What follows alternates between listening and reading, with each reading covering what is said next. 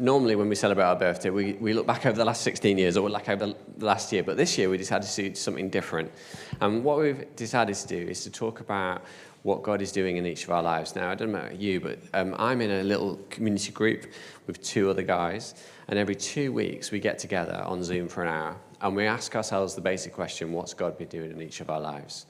And the simple regularity of asking that question every 2 weeks, and we give each other 10 minutes to talk about what God's been doing in each of our lives. And you can go as deeper as you like. And actually, each one of us asks questions of the person. And we ask the question, why? Why? Why? What does that mean? What difference is that going to make to your life? And it's really cool to do that because we give ourselves effectively permission to do that. And so regularly we're saying to ourselves and to each other, what is God doing in my life?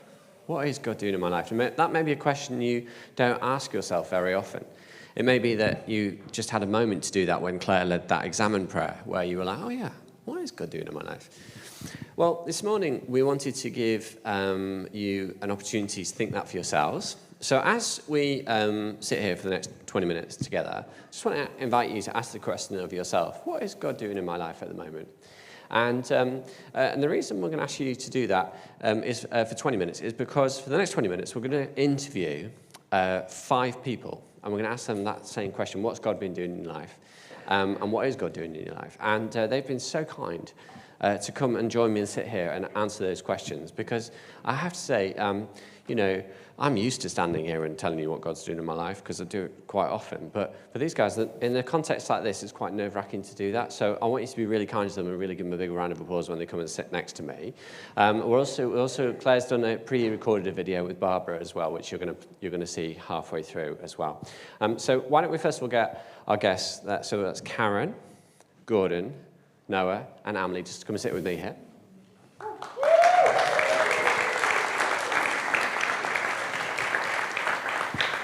Now, Severn is not a tennis club, it's not a squash club, not an athletics club, it's a church. And what makes the church unique is we are focused on Jesus, both, as I said last week, cognitively and emotionally.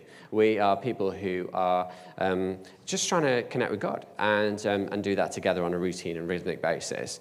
And so part of what that means to us is gathering together like this to share what God's been doing in each of our lives, because it just kind of inspires us, right? So that's what we're going to do this morning. Before we do that, we've asked a few people, and we asked you all actually, and a few people kindly recorded some videos about what God looks like in their lives in the mundane and the extraordinary during the week. So this is a quick video of a glimpse into the life of Severn, because what Severn is us. It's just us. It's not an institution. It's not some project, some kind of sort of fame academy or anything like that. It is simply just a group of people trying to live life together and live life in relationship with Jesus. And so this is a short video that Bern has put together for us. Thank you, Bern. I suppose one of the weird things about our faith is that we believe in one God who is everywhere, every day, but at the same time, really special, extraordinary. It's hard to show that in a picture. I think the first Christians saw it in a person, Jesus, God doing everyday things like eating and drinking, but also these extraordinary things like healing and loving in ways that no one had ever seen. But that was a long time ago. So how do people get to see that today? I think it's still all about Jesus, but his body, it's the church, it's us every day. Isn't that extraordinary? Every day.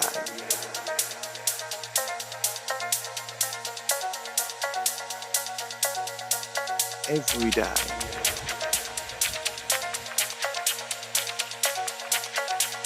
Extraordinary. Every day.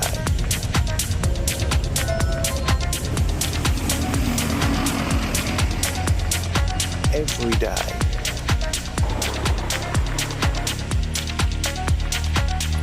Extraordinary. Extraordinary.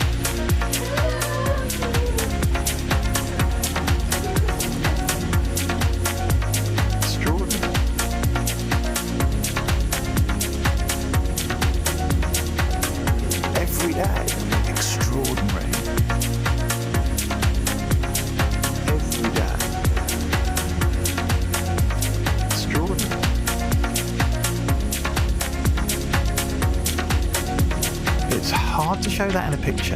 Every day.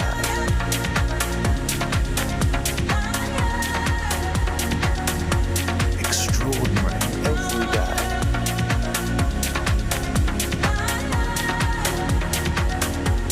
Extraordinary. Extraordinary.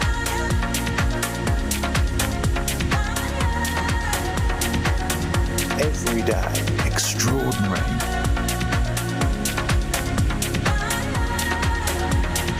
Every day, extraordinary.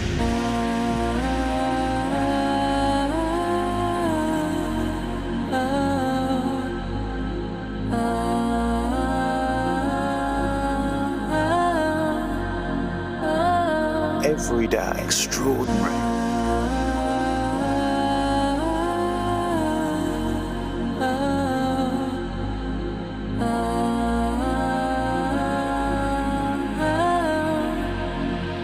Every day, extraordinary. Every day, extraordinary. Every day, extraordinary. Every day, extraordinary. Every day, extraordinary. Every day, extraordinary. It's the church. It's us. Yeah. That was beautiful, Ben. What an amazing snapshot of everyday life where we walk with Jesus. And that's what we're going to be talking about today. So I'm just going to pass this microphone first of all to Karen, because Karen's going to go first, because Karen is actually working, pastoring our kids this morning upstairs. So if you would like to get involved in pastoring kids in Vineyard Kids, then talk to Karen right afterwards. She'd love to talk to you about that. So she's going to be joining us for now, and then as soon as she's finished talking, she's going to go upstairs and carry on working with the kids. So Cass, is that microphone working for you? Yes. Fantastic. So what's God been doing in your life? Great. I love that video. Thanks, Bern. And I think it actually does really sum up that sense of God being extraordinary in the ordinary. Because I feel like when I was preparing for this and just thinking about how do you sum up what God's... Like, I feel like I've been on this kind of pretty exciting journey with Jesus the last couple of years. And how do you sum that up in 5 minutes? And for me, there's been big moments in it where I know that I feel like I've met with God in special ways. But the reality is it is just played out every day. And I think, so it's been for me just about getting to know more about who God is. And that really has been the absolute joy of my journey. Psalm 37 is one that kind of came to mind a couple of years ago, which is take delight in God and he'll give you the desires of your heart. And I was just, wow, drama. There you go. That's the end. I was just up on kids, and one of the little girls, who is adorable, they're all adorable, by the way, but she said, my granny just can't help giving so much blessings. Oh. And it was so cute, but it was really that sense of her awe of how much blessings her granny just keeps pouring on her, and she just can't stop. And for me, I was like, oh, yeah, that's like what I have experienced of God in the last 2 years, that the more time I spend with him, the more I want to spend with him, and then I just experience these so much blessings all the time. And but not in ways that we might think God might perform or do things, just in really personal, really kind of ways of God seeing us. So I think for me, one of the big things that I feel like God's been teaching me is about just how to spend time with him in my everyday life, how to be aware of his presence and how to be aware of who he is in each moment. So it all kind of started a couple of years ago for me when I was dropping my eldest daughter off at a different church. She went to their youth thing in the evening, and I ended up staying for the worship, which was like half an hour of just sung worship. But it's a big church, and I just kind of hid by myself in the back, and it became this really precious place of just my time with Jesus and my time to really think about, again, who God is for me and who he says I am. And that just kind of started a journey of me really being pulled into this sense of being in wonder and awe at just how amazing he is, and then wanting to worship and wanting to learn more. So the Bible's always something that I kind of have been through different stages with, but it created in me this sense of really wanting to understand a bit more about what the Bible says about who God is. And in our small group, we did a series on the character of God, and from Exodus 34, he goes through kind of God describes himself as faithful and loving, compassionate and gracious and slow to anger. And so we looked at each of those, but it just drew me into like this, wow, God is amazing. So I feel like the joy of discovering who God is has been kind of part of my journey. And part of that has been around making sure that I try and find time each day to seek God out and spend time with him.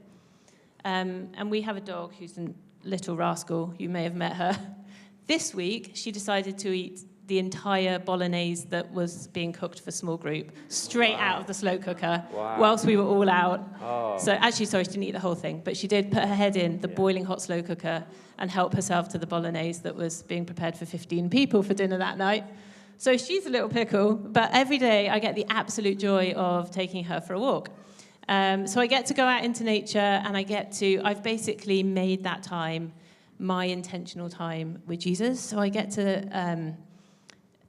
Basically, I go into the park and I say, God, what do you want to say to me today? Or who are you today? Or let me worship you today. And I've just set aside that time each day. And I feel like God has shown me so many things. But one thing I really feel like he's shown me in that time is that he really sees me. And there's a tree in the park that has become my tree. I'm sure everybody's got a tree, but this is my tree. And I walk into the park and I very often just look at this tree, and it's been through different seasons through this last year, but I feel like God has really spoken to me a lot through this tree about him seeing me and who he says I am, and calling me to live into that. So, and then that has led me on this journey of just learning to trust him. And there's been a couple of things this last year where I've had like health things going on, and I've had to really learn to trust, is God who he says he is for me in that? And whichever way this test result goes, do I actually believe that God is enough? And do I actually believe that everything that I say about him or everything I've experienced of him is true and is real, and I want to live into that, and I want my life to be a life of worship no matter what my circumstances. So that's been a journey that I've been really learning as well.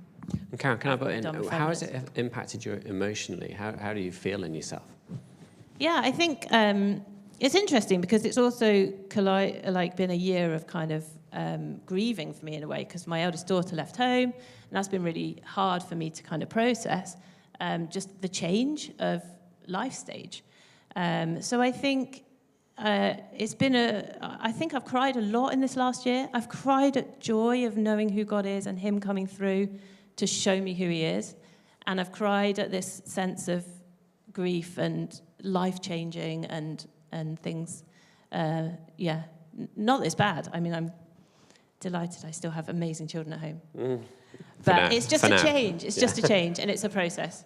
I think emotionally it's a roller coaster, but it throws me back onto the amazing person that God is. And that gives you a sense of peace and comfort. Yeah. It's brilliant, isn't it? Brilliant. And joy. I think joy in a way that I probably haven't experienced before. Yeah, just tell us a little bit more about that. What does that look like for you? Joy? Yeah. Yeah. I mean, I think it's a funny one, isn't it? Because I think maybe other people see it in you more than you see it in yourself. Like, I feel like people have seen that in me. What have they said to you? Just, I don't know, just being happier and more joyful. And I feel it, for sure. But I guess when you know yourself and you also see what else goes on in you, you don't always see it in yourself. You're always kind of balancing it up. But I feel like, I think a lot of my last 2 years has been about making intentional choices to moving towards a place where I feel like I'm putting myself in a place where I feel encouraged, or I feel like I'm spending time in places or with people that I want to. And I think for me, that's just brought me a lot of joy. And I mean, the joy of the Lord is your strength, right? Well, I don't know how else to sum that up. Well, as one of your friends, we all see the joy that you have in your life, and it's been really exciting to see, and a bit nuts at times as well, to be honest with you.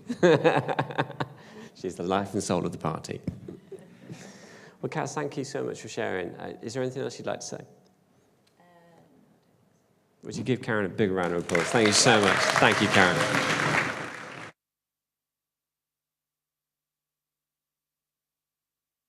Thanks so much to Karen for going up and looking after the kids and pastoring them.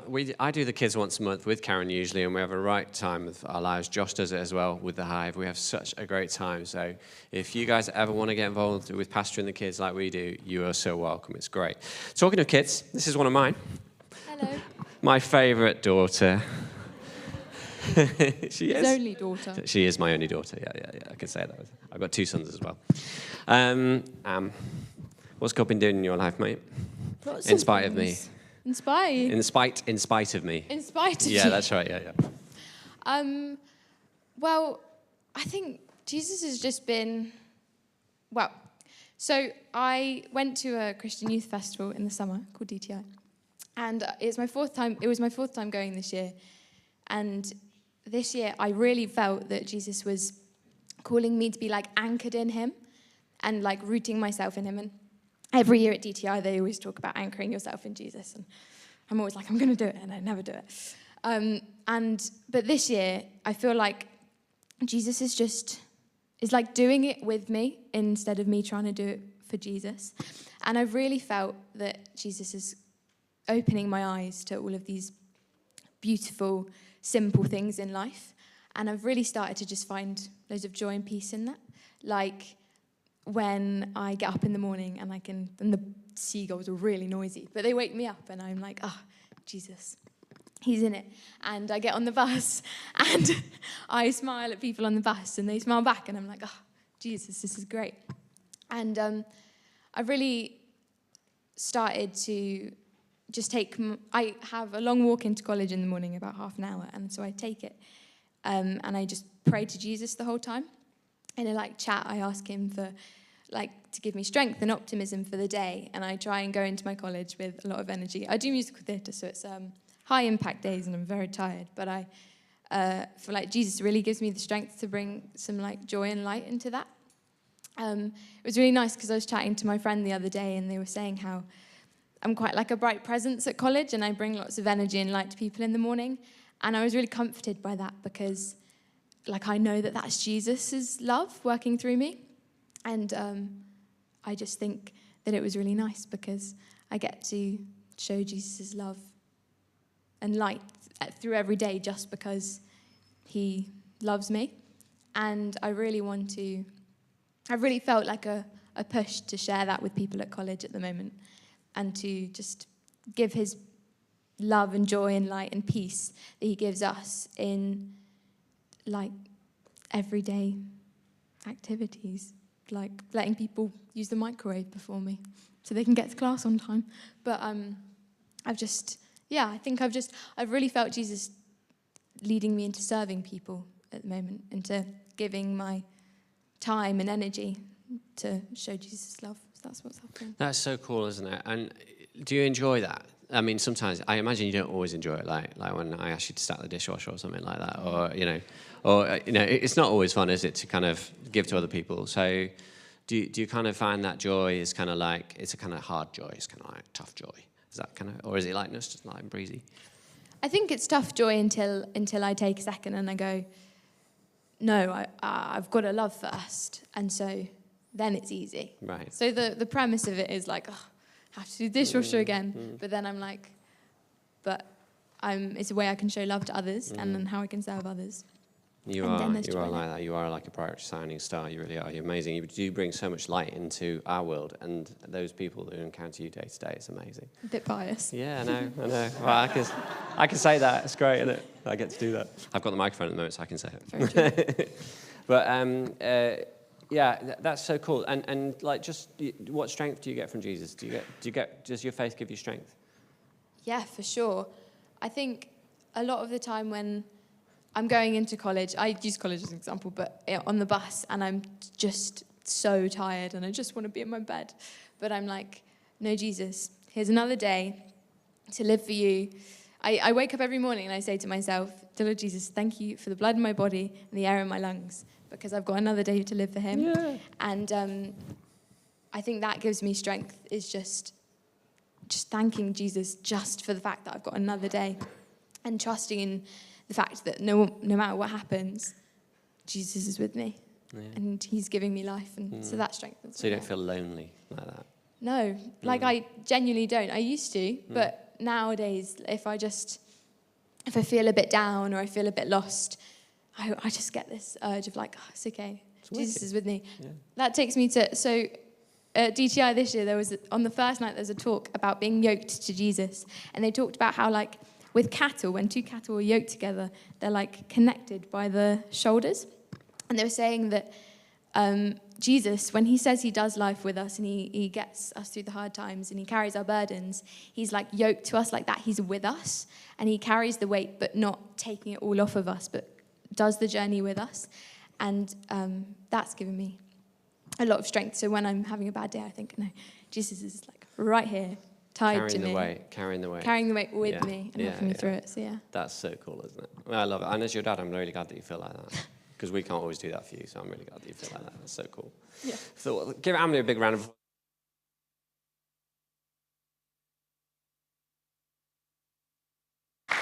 We're actually going to hear a pre-recorded interview that Claire did with Barbara. So listen up to Barbara. Hi, Barbara. So some people today won't know who you are. So can you just introduce yourself? Tell us who you are, what you do in the daytime, and how you got connected to Severn, and anything else. So my name is Barbara Likulunga. I live in Bristol, originally from Zambia, lived in the UK for about 20 years. I came to know Severn about 2016. I joined Severn and then life got in the way. So it's not anything to do with Severn. It's just in terms I went on my own faith journey. Yeah. And then later on in 2022, I chose to get baptized, but I was living in Wales at the time. So I got baptized at the Severn in Cardiff. Yes. And then I moved from Wales back to Bristol, and then I joined Severn Vineyard. So ever since I moved back to Bristol, that was 2022. I've been, I suppose, involved in Severn in some way. Cool. So, Barbara, so at Severn, we love to celebrate where we see God in everyone and everything, in the extraordinary and exciting things of life, and also in the mundane and everyday things of life. So can you just share with us where you've seen God working in your life recently? The past 5 years, I think since COVID, I've found quite challenging. And I think most people have, because I think COVID gave us pause for thought in a way. Downward moment in terms of my mental health and just in terms of my family. We've had 2 big bereavements in terms of losing my stepdad and also losing my elder brother. But through it all, like I said, like in 2022, I got baptized. I think the juncture for me at that moment was that I've always grown up a Christian, and I think I've always like known that God exists. But I think for me, that juncture was actually claiming my identity as a child of God. Right. It's not a magic pill to say, oh, everything's going to be perfect. But I think since then, more specifically, I found life easier to manage, and I don't feel so alone. And I think my relationship with God has changed in that I just don't see him as this distant figure in the, like, who I've always been told about, but he's somebody that I'm actively trying to get to know, and also walking with Jesus and trying, like you say, in the mundane, whether it's saying hi to my colleague or whether it's a day when I don't have energy and I just have to take the first step.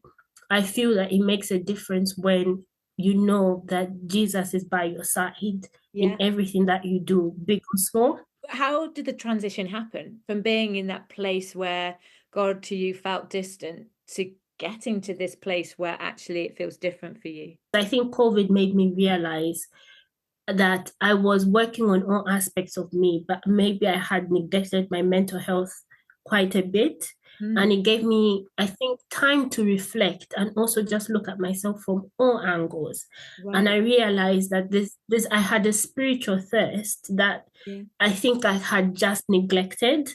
So it's not just about mentally, how are you, physically, how are you, or even practically, how are you, whether you have a place to live. But I think all of us have got that spiritual thirst. And I think because I had that pause, it gave me a moment to actually think this is something I want to actively do. And getting baptized just made sense.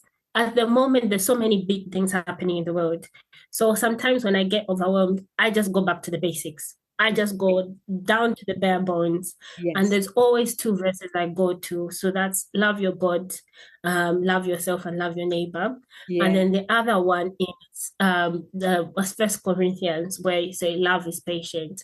And last year I was listening to Bible in a Year, and they suggested that with that verse, if you put your name before each of the descriptors, that gives you, I suppose, a verb or an active sheet of how to. So it's like saying, love is patient, Barbara is patient, Barbara is kind, Barbara is not self-seeking. So sometimes when I find myself in challenging moments, because I have quite a challenging job, I just go back and then put my name on all those things, because then it helps me hold on to God's love and use God's love to share that with others. I'm an employment lawyer, so I work in law. The last 3 months at work have been very challenging. Like, the business is being bought, and there's a lot of people who've left. The workload is really high. There's a lot of changes in the team. So it's been a very, very challenging time. And there was a time where I was the only senior person in the team. So it's been quite challenging. Yeah. But I had my last day in the office on Friday, and my team gave me a speech, and I realized that the word patience did come up. And one of my team members actually said to me and said, sometimes I think you've got more patience than a hospital. And then one of my other colleagues said that sometimes we have a chat between ourselves and we wonder, how does she do it? We're ever so busy, but she listens to people and she does this. And it made me realize, going back to what we're talking about, it's not by my own doing, it's the grace of God. And even if I just passively say that Bible verse in my head, sometimes when I find things challenging, it does come across. So it doesn't have to be this big thing to say, I change the world in this way. And there's nothing wrong with changing the world, but it can be a simple act, as when your colleague wants you and you feel like you don't have that extra 5 minutes, just giving that patience. And that's a way I feel like in the mundane, we can share the love of God. One thing that can never be stripped from me is that I am a child of God. And I think that's what I think we need to hold on to as Christians, to say we are all children of God and we all share that image. And I think when you go back to that basic, it's such a powerful basic, because that identity can never be taken away. Oh, love it. Love it. Brilliant. Oh, that's great, isn't it? Thank you, Barbara, if you're watching, for sharing. That was awesome. She's on holiday in Spain. Oh, brilliant. I hope you're having a nice time. Can I take that one, Mel? Is that all right? Gordon, let's come to you.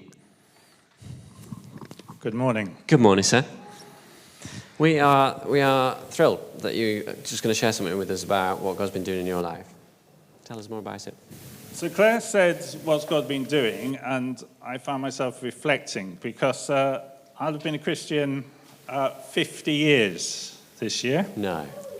And it makes me smile, because you notice everybody else clutching a phone and I'm clutching a piece of paper. Because I predate all of this technology. Yeah? If I'd wanted this piece of paper 50 years ago, I would have had to type it on a typing machine.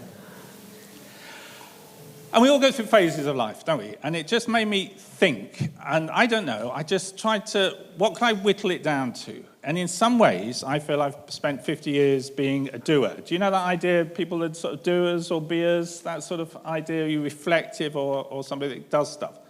I do stuff, and I've done tons of stuff. And I feel in some ways that I've just gone around fixing everybody else's problems, etc. Because church wants an elder, or they want a treasurer, or work wants this, or your family needs this, or your wife needs that, or whatever, your friends and things. And I'm just sort things out for people. So I've got to retirement, and I don't have a boss anymore. Well, sorry, forgive me here. Apologies quickly. Obviously, there's Rachel, my wife, but I don't have a sort of 37 and a half an hour a week boss. And I'm doing this, and we've moved. I'm still a father, and I'm a grandfather, and I've retired, and we've moved to Bristol to work that out. But I've laid a lot of stuff down. So I found myself in Bristol sort of feeling some sense of, well, who is Gordon? When Gordon's not, I'm Gordon, so it's just clear. When Gordon's not doing what everybody else wants Gordon to do, who is Gordon? What does Gordon actually want to do? Who is Gordon? And that's a little bit of a sort of pit to sink into in some ways. And it's not been the easiest 2 years, and I haven't been the most charming of husbands in that time or whatever, and whatever. But two things over this last 2 years have helped me come to terms with that and get a better handle on it. One was that there was some stuff that happened in Harrow that I wasn't involved in. And because I get a lot of value for being involved and a lot of self-worth from being involved and things, I felt quite resentful that I hadn't got this space to work in and be sort of meaningful and useful.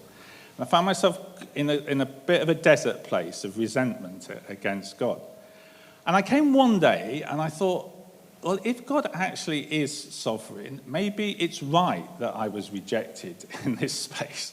And I started thinking about it. And painful though this desert experience has been, I realize it's forced me to face up to that sort of fact that I get a lot of my self-worth from what I do from everybody else, when I should get that self-worth from God's. We're all loved, aren't we, for who we are, not for what we do. And so the first thing is this desert has been really useful. It's really made me get to a deeper place, a nearer place to God. And I just would say to anybody, if you in any way feel that you're in a desert at the moment, can I just maybe encourage you to find half an hour later in the day and just say, what's good about this place? What's good? What underneath all of this is good about the fact I'm feeling resentful or annoyed or cross or whatever? Because when I stop to face up to that desert, it's been a really healing place in my life. The other thing is that I've spent this 2 years since we retired being much more reflective, and we've been on a number of retreats. And we did that examine exercise this morning. I didn't really know what those were all about 2 years ago, but we've been, Rachel and I, on a sustainable faith course, and we've been over to the Breathe place. These are places recommended by this church and on the church's website, etc. And I've spent much more time being reflective. And the course started, funnily enough, the second session of the course started with thinking about our desires. Now, my Christian background says that desires and passions are basically wrong here. And at a superficial level, my desire for Netflix movies, red wine, dozing in bed, and doom scrolling are all not particularly positive desires. But we're all unique, aren't we? We're all built uniquely before God. There's something unique about us. I couldn't necessarily think of an example, but everybody would know David Beckham. If David Beckham hadn't played football, I think that would have been a loss to the world. It would have been a loss to David. If he'd never discovered he was good at football, I think that would have been a loss. You may support other teams and think it would have been a good idea, but for him, it would be bad. And I think God has created us all with some really unique features. And I think I've, in summary, spent a huge part of my life in, as I said, doing what other people wanted. I don't resent that. There was a lot of good stuff in that, a lot of good stuff. But this last year or so has helped me get a much better handle on who Gordon is and what's unique about me. And I found a lot of joy in that. Can I just read a scripture? Please do, yeah. You may never, ever have come across this scripture because it's very obscure. It's buried in the 39th chapter of Job. Job is a book buried well deep in the Old Testament. The 39th chapter is a long way through any book. I've got hundreds of books that I've never got to the 39th chapter of. And it's God. Job has had a difficult life, a very difficult life, and God's come along to try and help him understand it. And God starts to say to Job things about God that will help him deal with his difficulties. And God decides to talk about an ostrich. Anybody ever read this passage? Wow, well, fine then. Bit of the Bible coming up then. The wings of the ostrich flap joyfully, though they cannot compare with the wings and feathers of the stork. She lays her eggs on the ground and lets them warm in the sand, unmindful that a foot may crush them, that some wild animal may trample them. She treats her young harshly as if they were not hers. She cares not that her labor was in vain. For God did not endow her with wisdom or give her a share of good sense. Yet when she spreads her feathers to run, she laughs at horse and rider. Over 100 meters, an ostrich will beat a horse and rider. So if you're having a race, you want to put some money on the ostrich, yeah, aren't a good thing. So what does this passage tell us? This passage tells us that the ostrich can't fly. It's a bird that can't fly. What a start is that? It's uncaring parent and it lacks wisdom. But despite that, God decides to boast about the ostrich that he's made to Job, to help Job understand God's wisdom. And God boasts about it because the ostrich can do one great thing. It's lousy at nearly everything else, but it can run. And I think, in summary, what I'm trying to say is that we're also aware of the things we're not good at, but there's stuff in all our lives that God boasts about.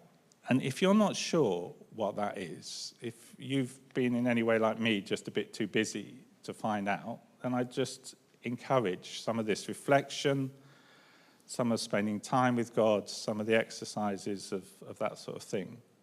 Because there's something that God boasts about all of us. There's something in all of you that God is boasting about.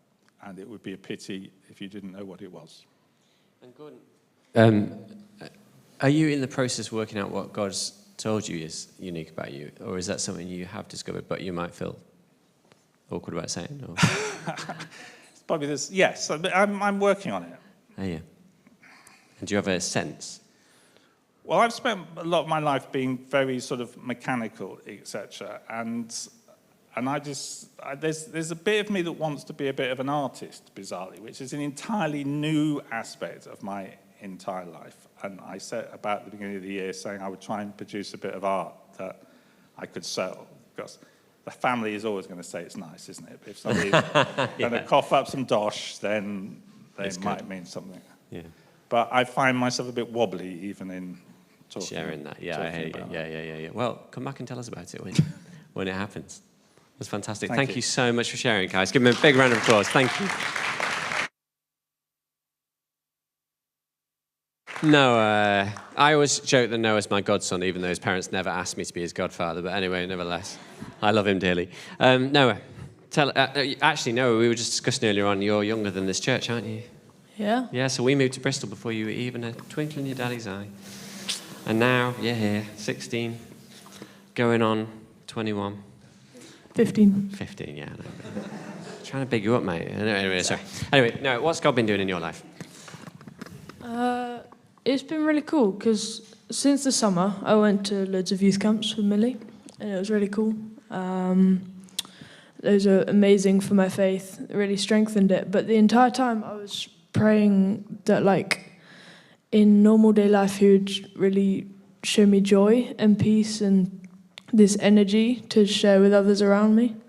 And that's been really cool because recently in my school and in my social groups, I've seen that come through. I've seen Jesus give me energy in my everyday life. And I mean, at the moment, all my friends are so tired because I got exams and everything. And it's been, it's really shown God's love through me and his joy, which has been really cool.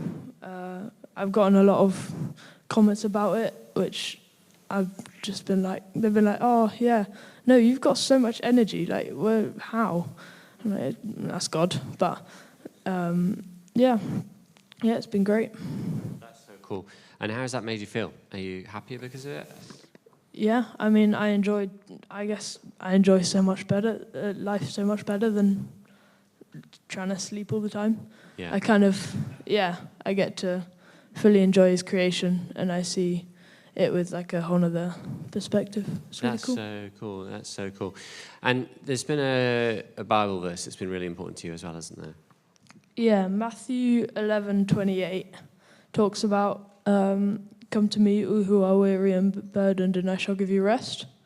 And I've been praying that so much recently, and it's helped so much. I mean, it's helped give me energy and give me faith through, like, all the times that I do want to sleep. And, just even praying it on my way to school, and it just, really affects my everyday life. And I've seen that come through in everything I do. Yeah, and all of us that know you well have seen that real difference as well. It's been fantastic, hasn't it? And that kind of, like, that trigger for that was at DTI, wasn't it? Is that right? On one or two of the youth camps that you were on. Is that correct? Yeah, so when I was at DTI, I was like, well, I want to bring through this joy, like, because the summer camps are like the highlight of my year. So I'm like, oh, great, like, this is literally just time to worship God. Like, everyone's out in the summer and it's so happy. It's just pure joy. Yeah. But I want to bring that to, like, my school and bring that back. And I just want to, like, have that kind of, like, radiate off me, just the joy and energy, so that people around me can feel that. So throughout DTI, throughout DCYC, I just really prayed that, and it's been, it's fantastic. So it sounds like what you're saying is that there's some of the highs of the summer, you've just carried them through into term time and stuff. Is that right? Yeah, because, like, often you get to the holidays, you're like, oh, I'm, like, this is amazing. Like, I could live like this normally, and then you go back to everyday life, and it's, oh, okay, well, normal routine can't really. I just stay on the same energy level all the time. But it's been cool to have that change. That's so good, man. I'm really loving that with your life. It's so good to see. Give Noah a massive round of applause, won't you? That's so cool. So cool. Now I actually need to shut up because Claire will tell me to. So what are we doing next, Claire? Oh, the kids coming in, aren't they? Fantastic. Thank you. Yes, as Gordon said, his wife is the boss, so is mine. So I forgot to say that we would love it if there's anyone else that wanted just to share about what God had been doing in their life, just as you've been sat there thinking, oh yeah, that really kind of reminds me of something God's been doing in my life. Anybody want to share? I know probably no one will, because it's probably a little bit daunting, particularly being asked to straight off, but my friend Anna is going to come up and share. Thank you, Anna. Give Anna a big round of applause. And come and sit down. It's not quite exactly what you said, sorry. But I just wanted to say Now I feel nervous. What are you going to say? I just wanted to say thanks to everybody, because I got up this morning and thought, 16 years, how many years have I been here? 11 years, which is quite a lot. And I arrived in Bristol a bit broken, with a lot of children to kind of look after. And if I didn't have this family to land in, then I wouldn't have survived. So I just want to say thank you for this church, which is a family. So thank you. Oh, bless you, Anna. Oh, come here, you. And that is it. Jen, you are amazing. You give so much life to so many other people, in spite of how you feel sometimes. That's brilliant. Right, anyone else? No? No? Don't be shy. No. Claire's pointing someone out. Oh, no, you're not. It's Anna. Okay. That's what you're dreaming of, right? Oh, well, Rob's come in the door. Hello, Rob. Nice to see you. This is our staff today. It's good to see you, my friend. How are you? You all right? Yeah. Kids are here now. Here we go. Have a microphone. So, before they come in, so basically, the kids have a little gift of encouragement for every adult here. So they've been upstairs, and this is something for you to take into your week to remind you of how loved you are. Each of these gifts has been uniquely made by one of our children, aged from anything from age 10 right down to age 2. So they're just going to come round and give you this little gift. And then we're going to have a birthday song. Okay, brilliant. Well, thank you, kids. Thank you so much to each of you for those gifts. And we will really enjoy looking at those this week, remembering how much we're loved by God. So thank you for your kindness with that. So we're going to share together the Lord's Supper in a moment. But first of all, together we're going to watch a birthday song stroke video that Bern has created for us. So that's going to come up on the screen for us all to enjoy back in a moment. Happy birthday, Severn. It's time to raise a cheer. 16 years in Bristol. We're so glad that you're here. Happy birthday, Severn. Hello. It's hard to believe it's true. 16 years in Bristol. Loving God, loving neighbors, loving you.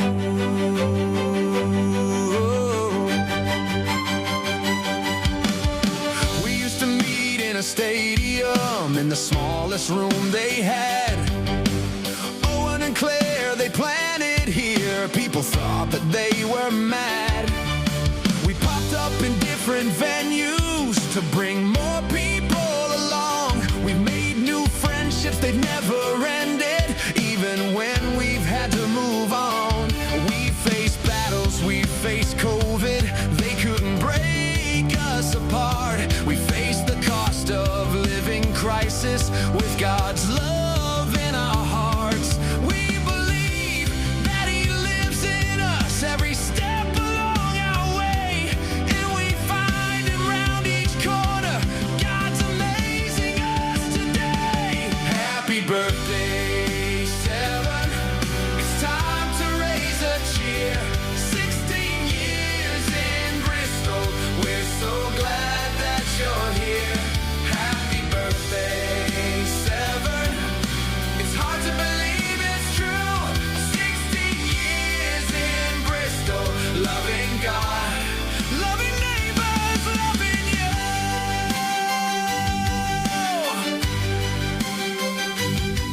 It's emotional, it's spiritual when we grow in God together. In community, in our city, God loves us all forever. It's emotional, it's spiritual when we grow in God together. In community, in our city, God loves us all forever. Happy birthday, Severn. It's time to raise a cheer. 16 years in Bristol. We're so glad that you're here.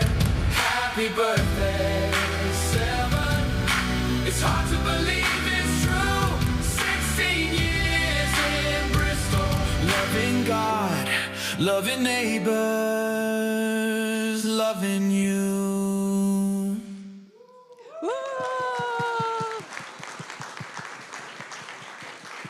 Thank you, Bern, for doing that for us. Fantastic. Brilliant. Well, we're going to share in the Lord's Supper together now, all adults and kids all together.